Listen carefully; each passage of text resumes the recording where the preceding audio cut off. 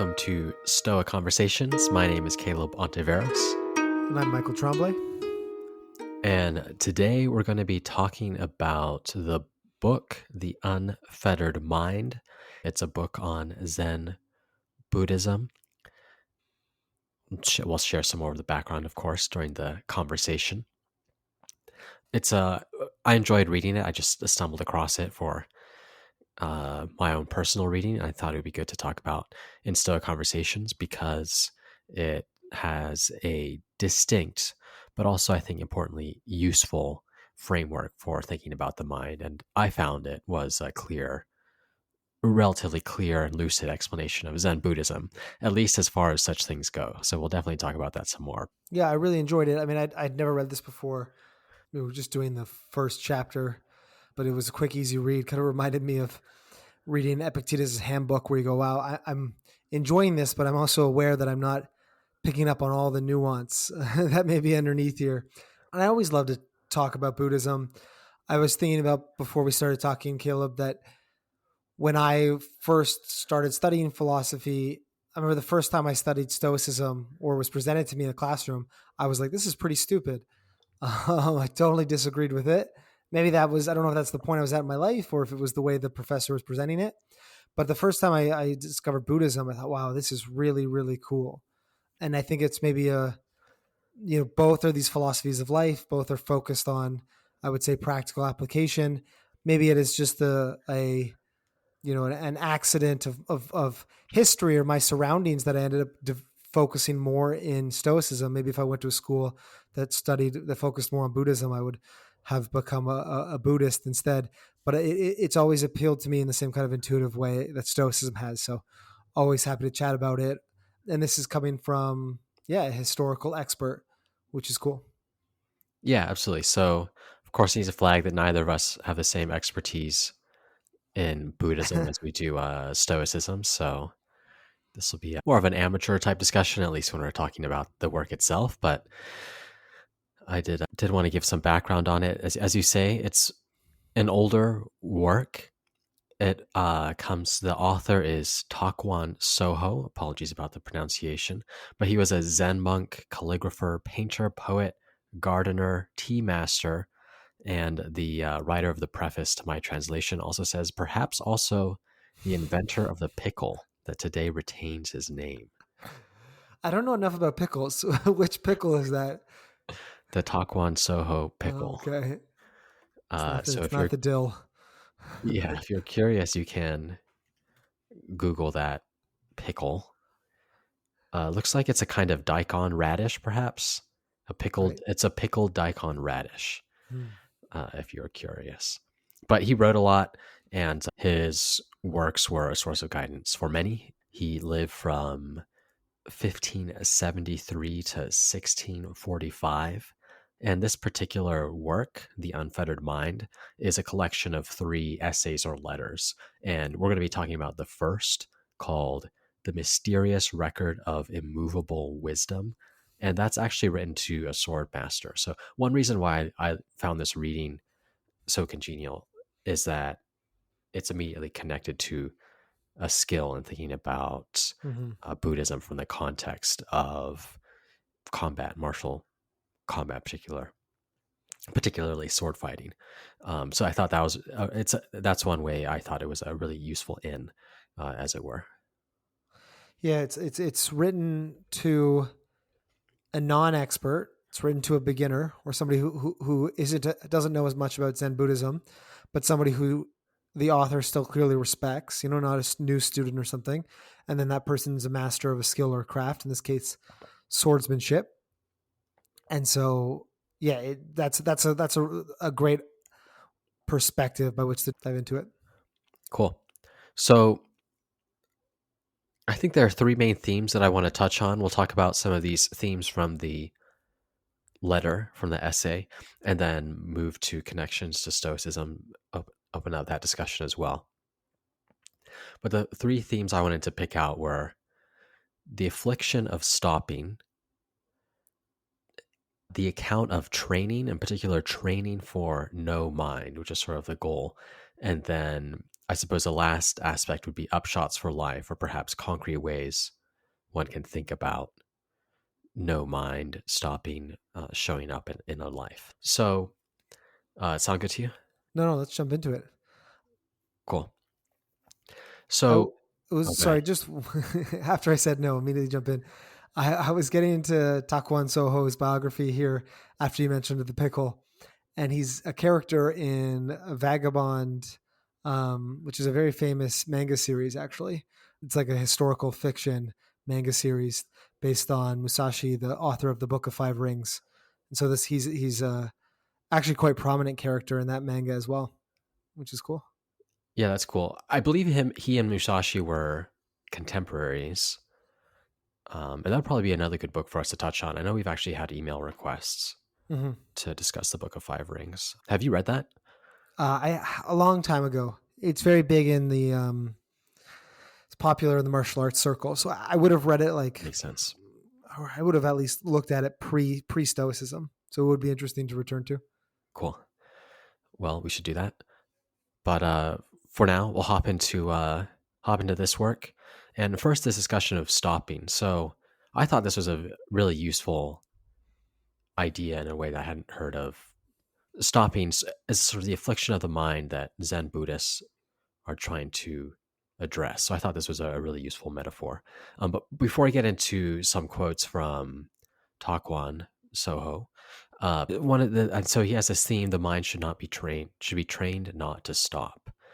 And one way to think about this is I don't know if you've ever played those arcade basketball games where you're given a basketball, have a very simple setup, and you're just supposed to get it through the hoop as many times as you can. Just get in as many shots through the hoop in 1 minute, 2 minutes, or something like this. But they're the kind of game where if you get a bunch of friends together and it's a solid competition, you almost have to let your body go on autopilot because it's so fast. You're trying to score as many baskets as you can, and you don't want to reflect too much on what you're doing because that can break your rhythm. And if you break the rhythm, then maybe you'll lose one shot. And if it's a competition, that sort of thing really matters. I think it's a good example of a kind of activity where stopping the mind stopping or interfering with itself shows up really in an intuitive way. Yeah. So this is kind of like a. We'll get into some of the quotes, but he's kind of speaking about a flow state, right? So he's trying to train yourself to achieve and maintain a flow state. Well, we should talk more about whether it's identical to flow, but it's similar. It's certainly similar to flow. Hmm. So what does stopping look like? I think there are different ways the mind can stop, and one is in time. So he writes, to speak of in terms of your own martial art. Here he's writing to the sword master. When you first notice the sword that is moving to strike you, if you think of meeting that sword just as it is, your mind will stop at the sword in just that position. Your own movements will be undone, and you will be cut down by your opponent. This is what stopping means. So that idea that you have a thought to perhaps do this technique in a combat situation, but in virtue of having that thought, you are slowing down your actions or perhaps forcing something on reality that's not exactly there. What do you think about that? Yeah, I mean the writing is a bit vague, which it almost always is in these texts. I mean, there's two ways to read it. One is that if you think you're going to respond a bit slower, and that's harmful. And in a game like sword fighting, a little mistake involves death. It doesn't involve someone getting past you on a breakaway or something like this. So there's that speed aspect. The other way to read this, he says, if you think of meeting that sword just as it is, your mind will stop at the sword in just that position. I also think of maybe this inability to actually flow in response to the movement of your opponent. So maybe they strike down the middle. I'm not a sword fighter, and you counter in the middle. But in the process of thinking, well, they're coming down the middle, I'm going to counter in that lane. they adjust their movement, but you're kind of like one step behind because you're not responding. Um, you're not responding in the moment. You're kind of responding in catch up. Either way, it's a speed aspect. I agree. It's a time aspect. This made me think of yeah. One thing we talked about, my coach would talk about in Brazilian Jiu Jitsu is this idea of unconscious competence. And so I don't know who came up with this framework, but there's this model of you've got unconscious incompetence. You're bad at something, you don't even realize it. Then when you learn a little bit of that skill, you do a couple sword fighting lessons. Conscious incompetence, you're aware of the fact that you're bad. Then there's conscious competence, where it's like I'm aware of what I should be doing and I'm executing it. And then the last stage is unconscious competence, where you're just in that flow state and you're just kind of executing. And I see a lot of what he's saying through that kind of frame of we want to stay at conscious competence, because you want to move correctly, but you want to move correctly without thinking about it too much, without stopping. And I guess in a game as important, or like when time is as important as it is in sword fighting, being conscious of your competence is too slow. Yeah, that's what this makes me think of as well. Yeah, I think that's right. That's a useful way to think about the goal is unconscious competence. And I think you're also right to point out that it's not just that thinking makes you slower at the moment, but it's in particular, it makes you less, perhaps you're less able to adapt to what comes next. Perhaps meeting the sword at that point would be ideal if it was a chess match or something like this sort. Yeah, exactly. They Agree. make this move, you make that move, and then you make this move, and so on. But that's just not how so much reality is. It's in flux. There's not a simple turn-taking rhythm to it. I think there's this other idea in combat sports. We have this idea of offensive or defensive cycles, right? And this sort of idea that you're trying to set a rhythm, as it were, and your opponent's also trying to set a rhythm. And in general, you want to not be stuck in a defensive cycle, right? Where you're just defending. And perhaps one idea you might think of here is if you're too analytical, maybe you might push yourself towards maybe a defensive cycle or offensive cycle in a way that would be inappropriate. Yeah, I agree with that. I also think there's this aspect of, I mean, I think the chess metaphor is a really good one where, yes, this shows the wisdom of this guy. We're going to spend 5 minutes talking about these three sentences.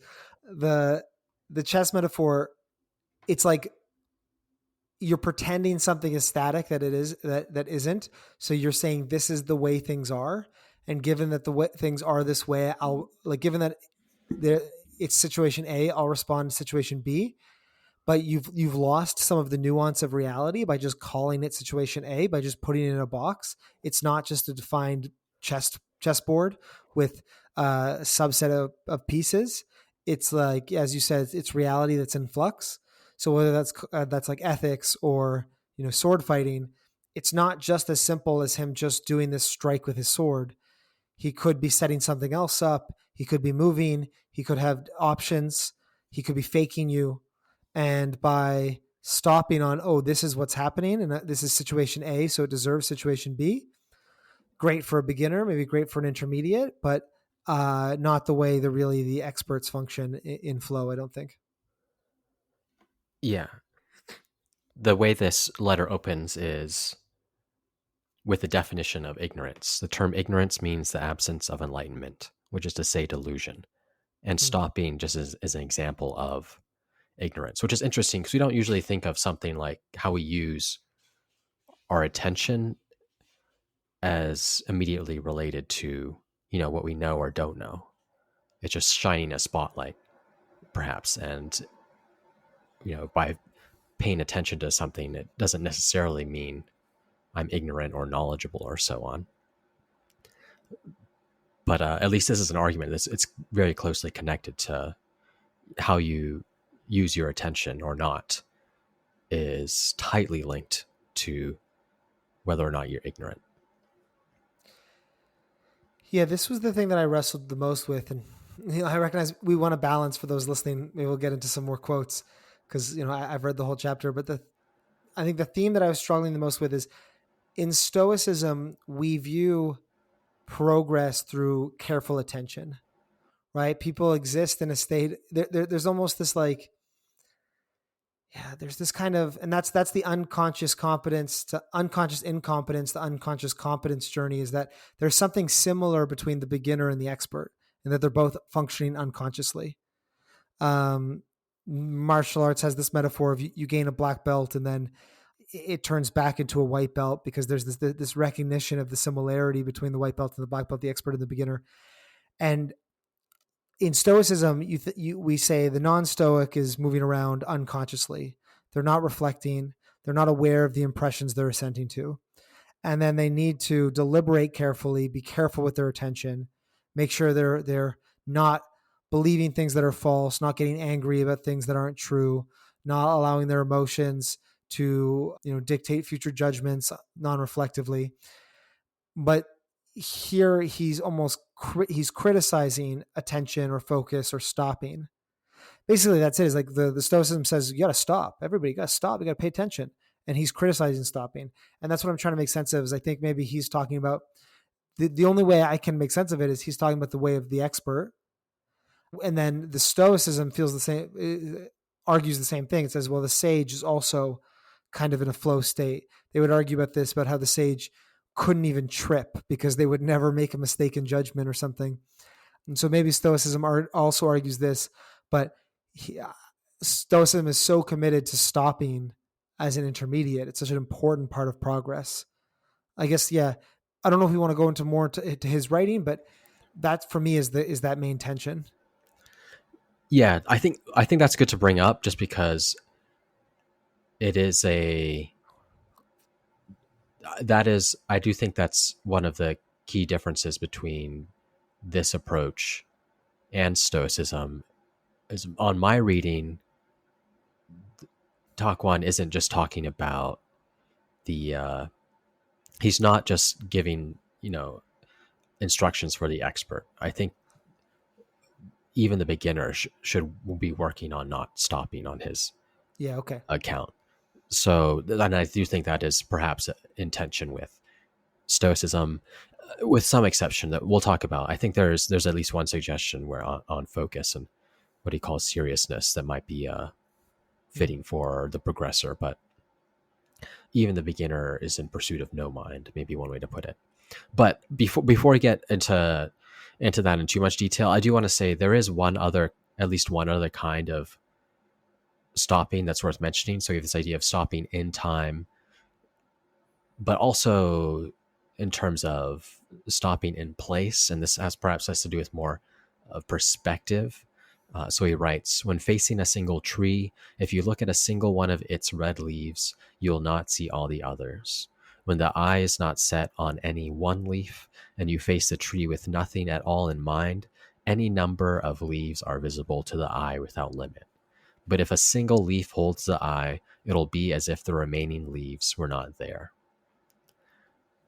So here, stopping, when the mind stops, it's sort of carving up what is there into something smaller. And you can, again, see how that leads to ignorance by focusing on Yeah. the parts, you miss out on the whole. I mean, there's part of that in Stoicism, right? Like Epictetus has his metaphor of everything has two handles. If my brother insults me, I can think about that in terms of how terrible it is to have such a rude brother, or I can think about how I have this family obligation, I have this need to help my people close to me. I have this opportunity to teach them a lesson. And so everything has two handles, and you should always try to pick it up by the better handle, the manageable handle. But that's that is a comment about attention. It's like if we focus on the negative, we're going to miss the positive. Kind of obstacle is the way is the same thing. There is this. It's not the exact same idea, but there is this idea in Stoicism of understanding the broader context, your position in nature, the broader possibilities, not missing the forest for the trees. Essentially, there's a warning of that here. Yeah, absolutely. Yeah, no, I think that's definitely related to Stoicism.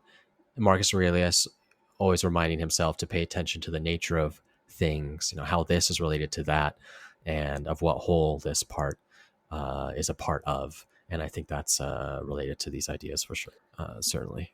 Yeah. Cool. So that's stopping. You can stop in time, stop in place. There's this perspectival element. I think there's also this. Those two elements can be present at the same time.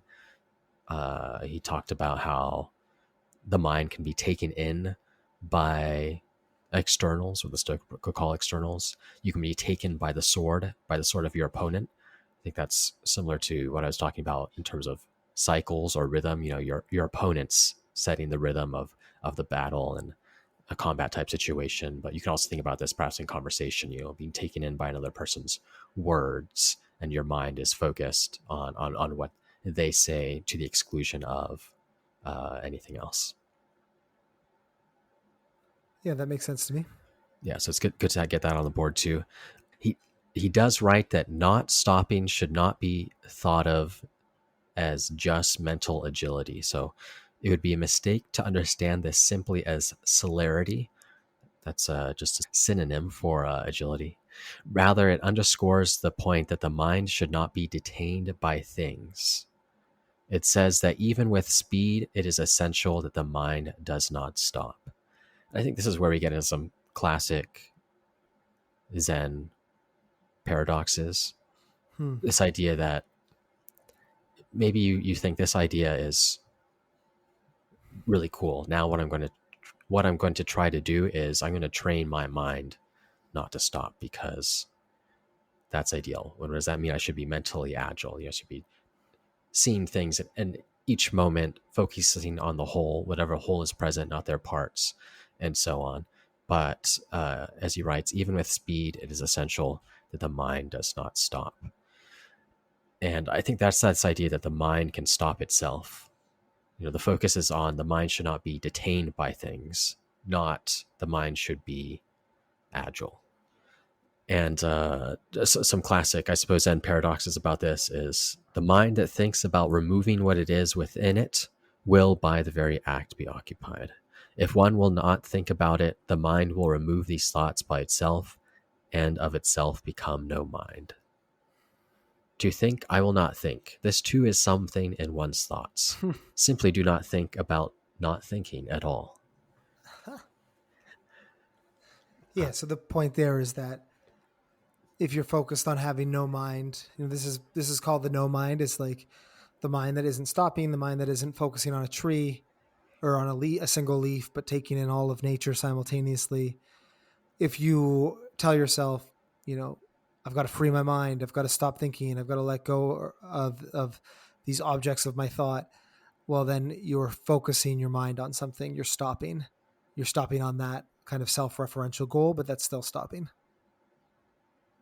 Yeah, absolutely. I think it's really just idea of explicit monitoring.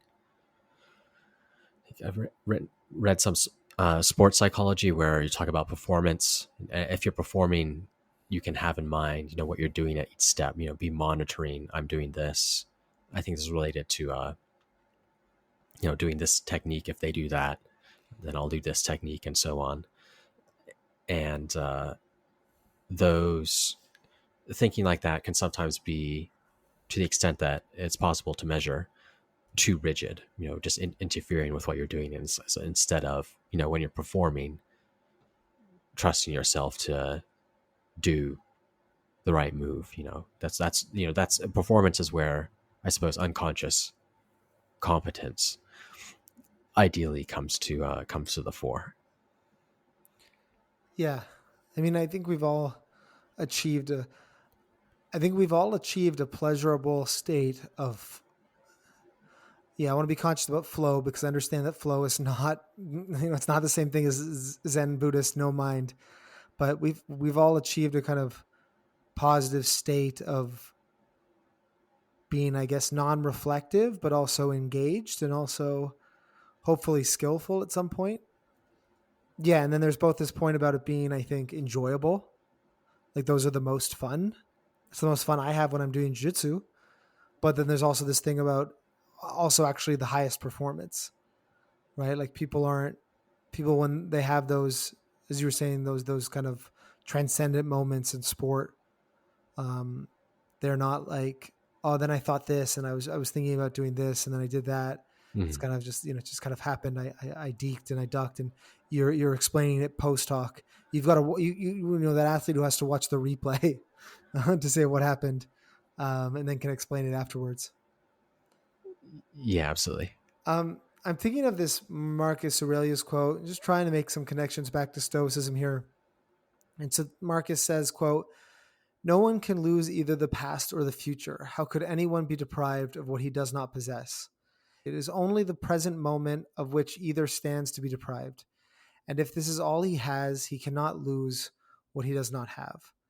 And I think there's this kind of point here when I read Marcus saying that, it's that we stress a lot about the future, we stress a lot about the past, but that is us filling our mind with something. He wouldn't use that language, but it's Mhm. us focusing on a part of the tree. And, if I don't focus on the past, as a Stoic, the past literally can't hurt you. The pain of the past is all these, regrets and false judgments we have about it. And then the anxiety around the future, it's the same thing. We're focusing on something that hasn't occurred yet. We're filling our mind with something. And so there's that Stoic point of, I think, a real Stoic goal is living in the moment, is not filling your mind with the past or the future. And I think there's some similarity. I think the difference here is he's taking it even a step further, where it's like, don't even make your plan for today, and don't even make your plan for 3 moves later in the sword battle. It's like, be without mind all the time. So it's a bit more intense, but there is that recognition in Stoicism about, obviously focusing your attention on the wrong things just leads to anxiety or regret. Yeah, can be another kind of ignorance, Mm-hmm. and I think they're related in that way, where what causes suffering, what the affliction is, are false beliefs, and those necessarily involve how one uses one's attention, in particular in the Marcus quotes, that attending to the past and the future with false beliefs in mind, false judgments. Cool. Yeah, I think that's a useful connection. The other, so that's stopping. And then there's the question, okay, so the mind should be trained not to stop, or you have this idea that the mind should not be detained by things. How do you get there? Or is it just meditating on koans, or you get there by not trying? There are some notes on training in this letter. First, and this is one place where I think there's some mention of the progressor, there's a virtue of seriousness, which is one aim with no distractions. And I think he says this is can be harmful, but it's also something that's suitable for a beginner, perhaps. This idea of, even if you can't, even if the mind's going to stop, best to have it stop on a single aim with no distractions for that aim, where that aim is well defined. I suppose other meditators talk about, cultivating stable attention, that ability to hold your attention on a single object for long periods of time, whatever occurs. And training that, I think classically, is at least one way to make progress in developing one mind. Yeah, is there? I mean, so the idea here, it's relating to the sword fighter, right? It's like, how do I train my attention to the no mind to get to no mind? Well, the first way to do that is to focus on something with all of your mind, have one mind. And like, maybe that's like the person who becomes obsessed about music or sport or art or writing or reading or whatever your obsession is. And then that is at least better than the distraction of having many minds. That's like a step in the right direction of like training your attention. Is that the point you're Yeah, I making? think so. The And so, analogy, yeah, the analogy he uses is usually the analogy of the cat, where sometimes you need to chain down one's cat if you don't want it to eat. You know, perhaps a bird or something like this, or I forget why you want to chain down a cat, but you could constrain your mind in the same way in order to practice your craft or do what needs to be done. okay. and that's developing stable attention. But ultimately, that is not uh, what one wants to do. I think he also, another quote that I have from him is, there's also a saying that goes, is it is essential to lose the mind. This is quite different. The general drift is that when the mind is tied down, it tires, and like the cat, is unable to function as it should. If the mind does not stop with things, it will not be stained by them and will be used well. So ideally, you want to be the cat who is free and doesn't need to be constrained. The effort not to stop the mind in just one place, this is discipline. Not stopping the mind is object and essence. Put nowhere, it will be everywhere. Even in moving the mind outside the body, if it is sent in one direction, it'll be lacking in 9 others. If the mind is not restricted to just one direction, it will be in all 10. Okay, so it's like, I think this makes sense. The basic recommendation is to pick up a craft, get very good at one thing, or focus your attention on one thing. And that will teach you a lot of lessons about controlling yourself, moderation, focus. And those lessons you can apply later. Whereas the person who grows up with no task, objective, mission, obsession, focus, has no sort of training in attention in the same way. So you have these two perhaps paths to no mind, and it seems like he's saying, look, if your mind is lost, if it's like the cat that's eating all the songbirds and you don't know what to do, then perhaps you ought to chain it down. You ought to focus, narrow in on that one craft, as you say. But ideally, in my sense, my reading of him was, ideally you become the cat that doesn't need to be chained down, and that means not letting one's mind be detained by Yeah. things. And that's sort of the Zen move, where instead of needing to focus on a particular thing, you're able to empty one's mind. He doesn't use this kind of language, but sometimes in Zen, you have the idea of non-doing, doing, and this sort of thing. Okay. So I'm so obsessed. I'm still really obsessed about this idea of progress. And I'm like, oh, okay, so the progressor focuses on one thing first and then becomes Zen. And that's what I was saying. But you're saying, no, it's these two paths. One path is become obsessed about one thing. That's fine. It's better than nothing, but it's not the Zen path. The Zen path is to be both unchained and free. So there's a fork in the road. These are different choices instead of a recommendation, is what you're saying. I think so, or it's at least not recommending a single path. Perhaps if one's in this a given situation, then one ought to practice seriousness. Otherwise, Yeah. Okay. there's at least the idea that the ideal path is a more Zen one. Yeah, I definitely agree. The ideal path is the more Zen one. I was just thinking you had to Gotcha, yeah. focus first, but maybe it's that this is, focus on one thing if you have to, but ideally you kind of skip that step. Yeah, and I do think there is that section on technique and principles. And I think it is important to say that even if one is practicing no mind for a given craft, you're not immediately just going to be an expert swordsman. So there are going to be techniques and principles that are appropriate to train in whatever your Mm-hmm. skill level is. It's just that you'll be bringing, ideally, sort of the master and the beginner, they sort of bring the same mind to those training sessions, making it empty and not interfering with the technique or principles they're practicing during Mm-hmm. the day. There's this other interesting. We'll get on to some of the upshots in a moment of no mind, but it's making me think also about jujitsu again, just because it's through this analogy of sword fighting, where people are really dangerous when they come in on their first couple weeks because they're almost like fighting all on instinct. And I think there's one thing I do when I actually coach people is like when you start, you're like a 5 out of 10. but you have to then become the shittiest person that uses technique, which drops your skill to like a 3 out of 10. And then that 3 out of 10, though, then you can become a good person with the technique and climb up to an 8, 9, 10 out of 10 fighter. And so there's this moment where you almost have to, as you progress, become worse because you start stopping and you start thinking, and you become consciously incompetent, and you pause and go, ooh, I should be doing this here. This is the wrong way to move, instead of just flowing.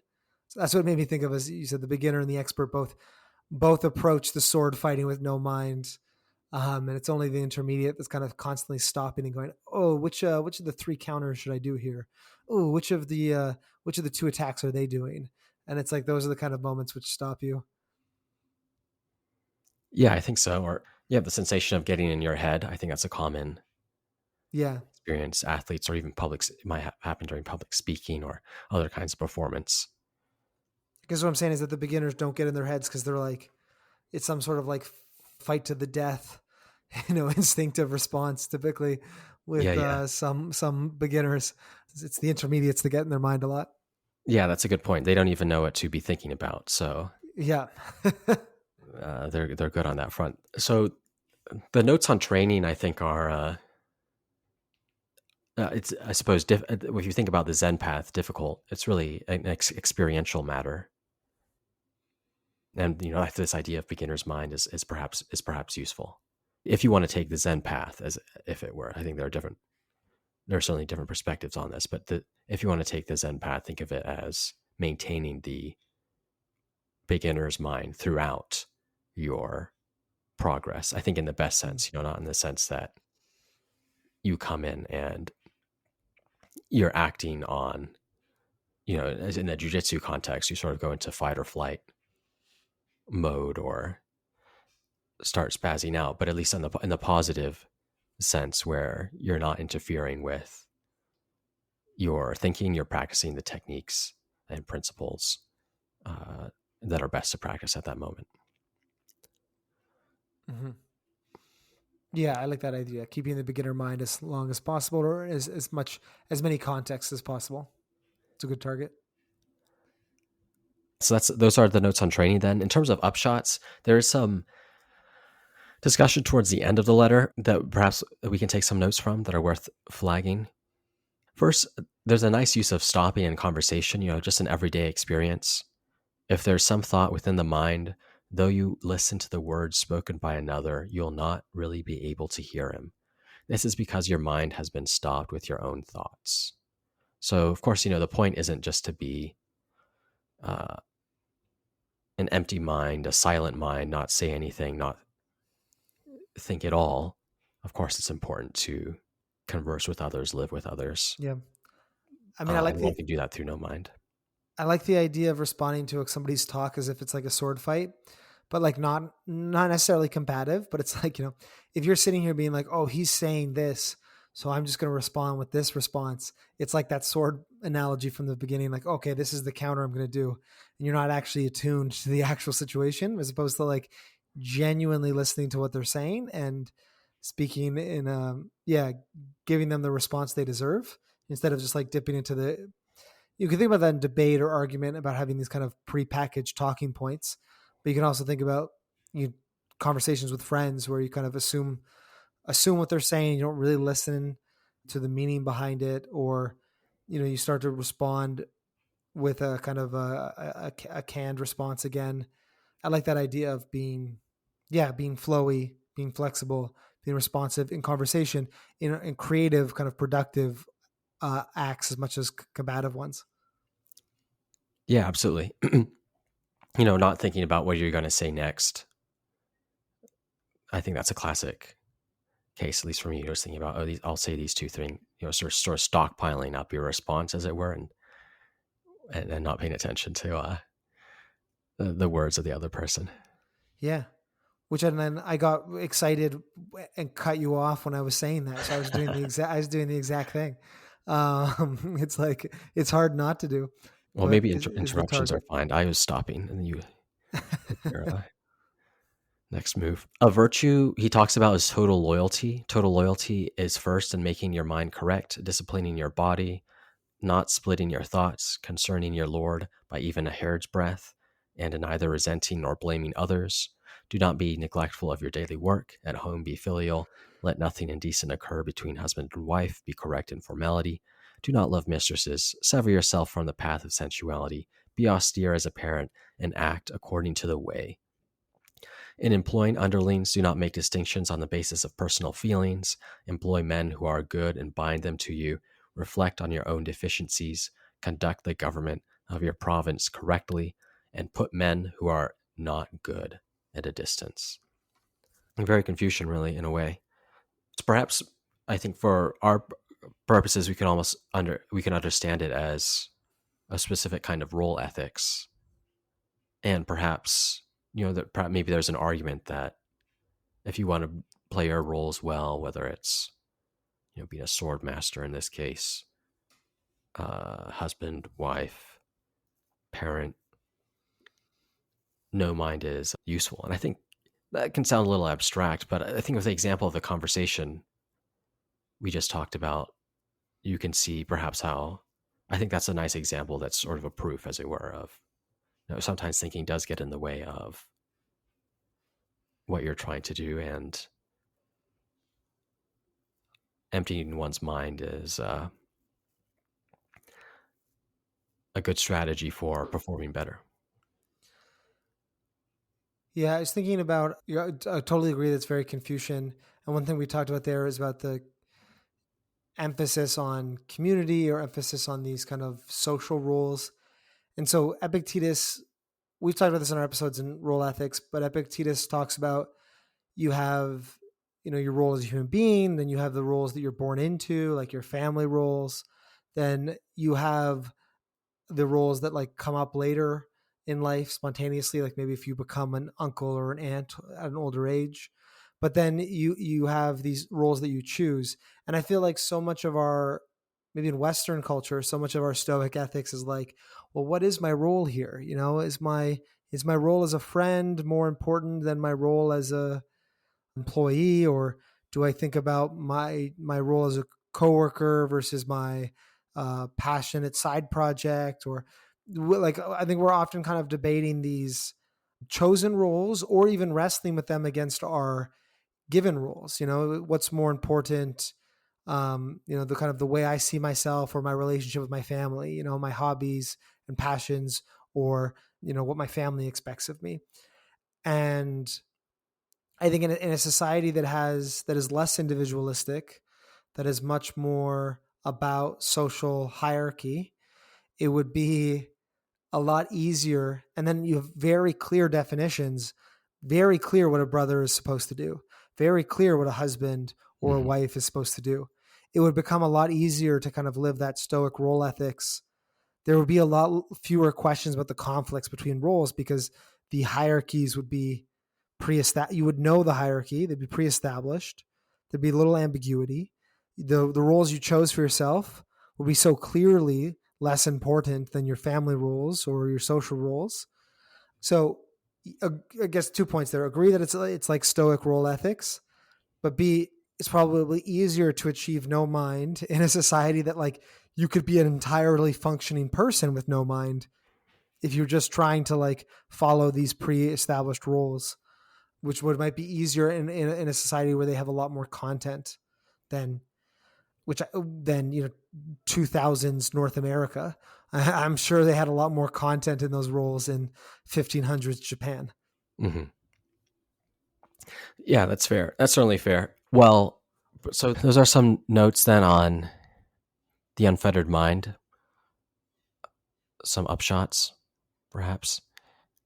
And we've already tied it to Stoicism a number of ways. Perhaps one framing that might be useful, and I'm curious uh, how you think about this, is both Stoicism and this version of Zen Buddhism start with this idea of ignorance, this idea that so many of our thoughts, judgments are false. The way we view reality, think about reality, is often completely mistaken.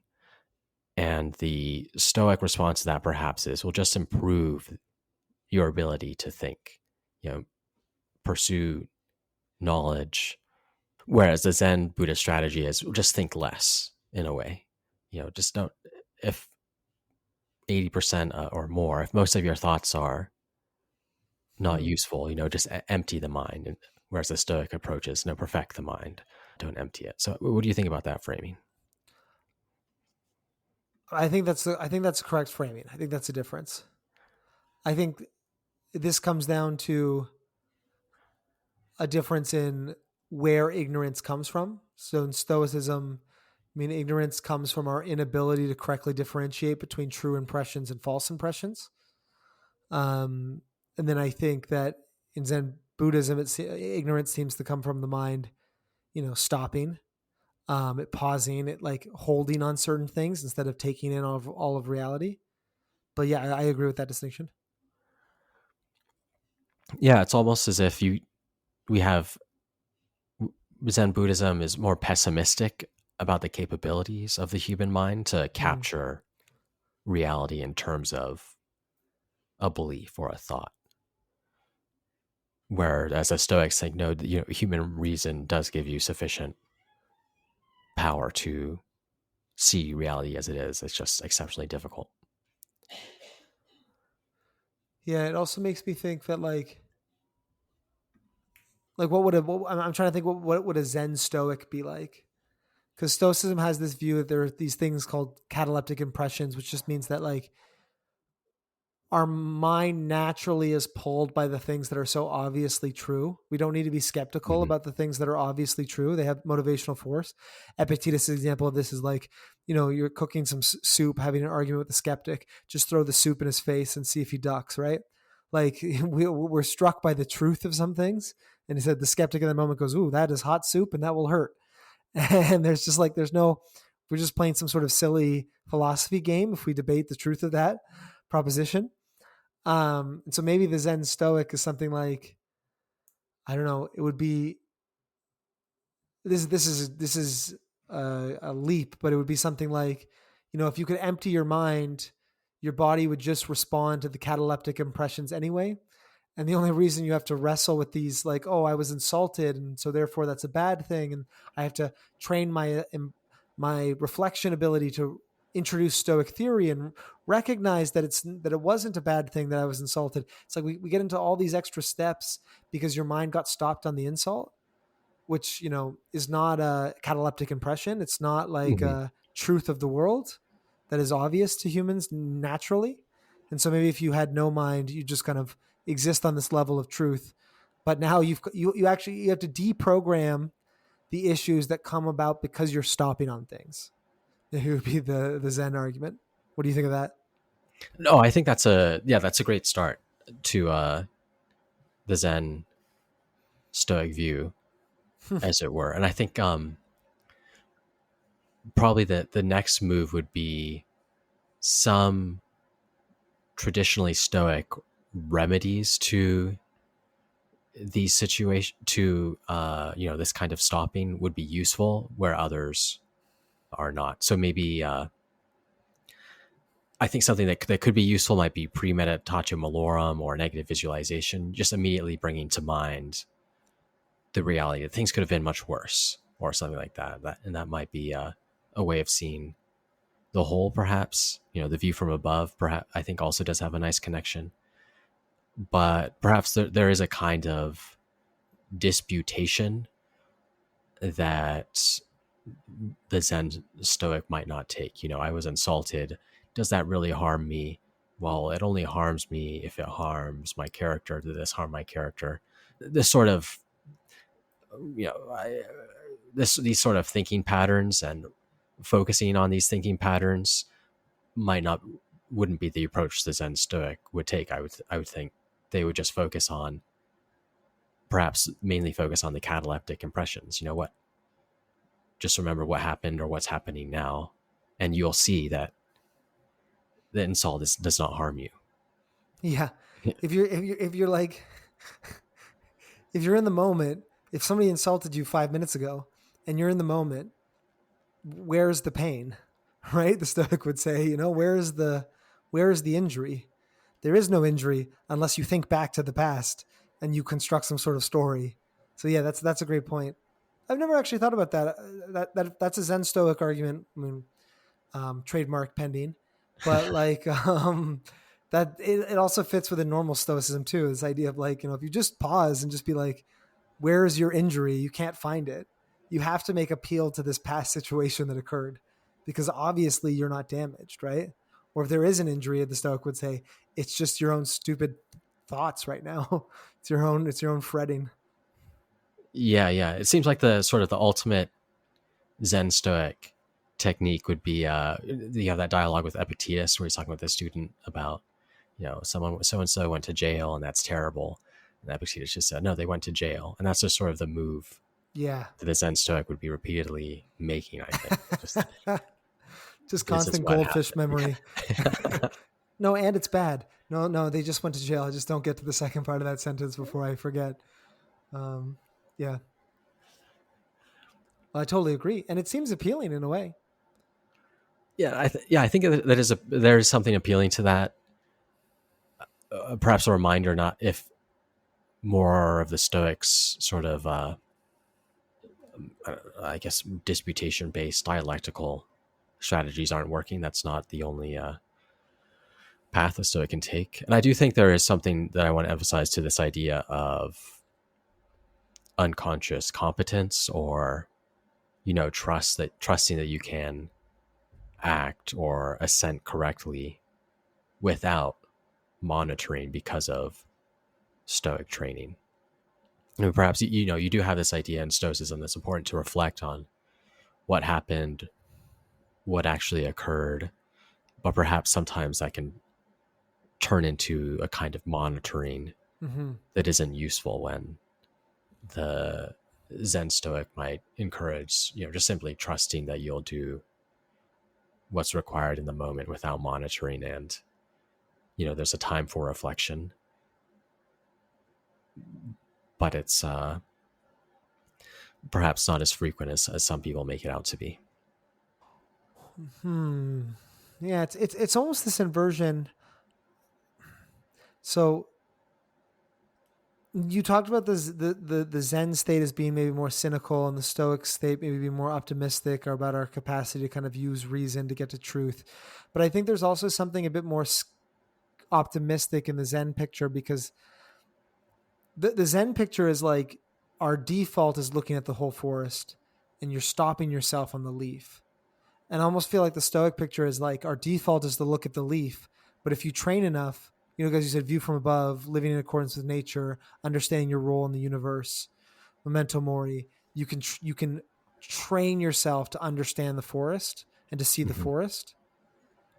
And so, like the Zen person is almost just like, don't mess it up, don't get in the way. And now we kind of have to unprogram the fact that you've messed it up. Where I think the Stoic is more, that Stoic developmental picture where it's like you start with concern of yourself as a baby, Mm-hmm. you develop concern for your family, then eventually you develop this concern, empathy, connection with the entire world. It's more of a developmental picture. Um, yeah, I think of David Foster Wallace has this that speech, "This is water," which is very quickly this idea that the fish doesn't notice it's in water, and part of ethical training is developing the attention to recognize that you're in water, or like recognize the parts around you that are true that you kind of lose sight of. Mm-hmm. And it seems to me the Zen argument is like, yeah, the fish obviously realizes it's in water until it gets focused on other stuff, and so you're trying to get back to that. That is the no mind is a good state, basically. That's Yeah, that's yeah, all I I'm think trying to so. say. Where I don't think the Stoic, it's like the no mind isn't good, but the very strong mind, the very refined mind, has a lot in common with the no mind. Mm-hmm. Cool. Well, there's much more to talk about here, Yeah. but of course we're running up against time, so perhaps we'll end it there. Um, Let us know what you think, if you'd like us to cover more elements or books like this, more works like this. Maybe we'll move the 5 rings up in the queue. I'm not sure. Yeah. Do you have anything else you wanted to end on, or to note? No, I'm just Googling Zen Stoic to see if somebody already. There is the Zen Stoic podcast, so we are not the first. We didn't invent it. Um, That's funny. But no, yeah, always respect for any sort of philosophy as a way of life. Glad to have read this one, Caleb. Great recommendation. Yeah, so enjoyed it. Cool. I'll just end with some notes on the failure of explanation. I think useful and also very Zen. One may explain water, but the mouth will not become wet. One may expound fully on the nature of fire, but the mouth will not become hot. Without touching real water and real fire, one will not know these things. Even explaining a book will not make it understood. Food may be concisely defined, but that alone will not relieve one's hunger. One is not likely to achieve understanding from the explanation of another. All right. Thanks, Michael. Awesome. Thanks for listening to Stoic Conversations. If you found this conversation useful, please give us a rating on Apple, Spotify, or whatever podcast platform you use, and share it with a friend. And I'd like to thank Michael Levy for graciously letting us use his music. Do check out his work at ancientlyre.com, and please get in touch with us at stoameditation.com if you ever have any feedback or questions. Until next time.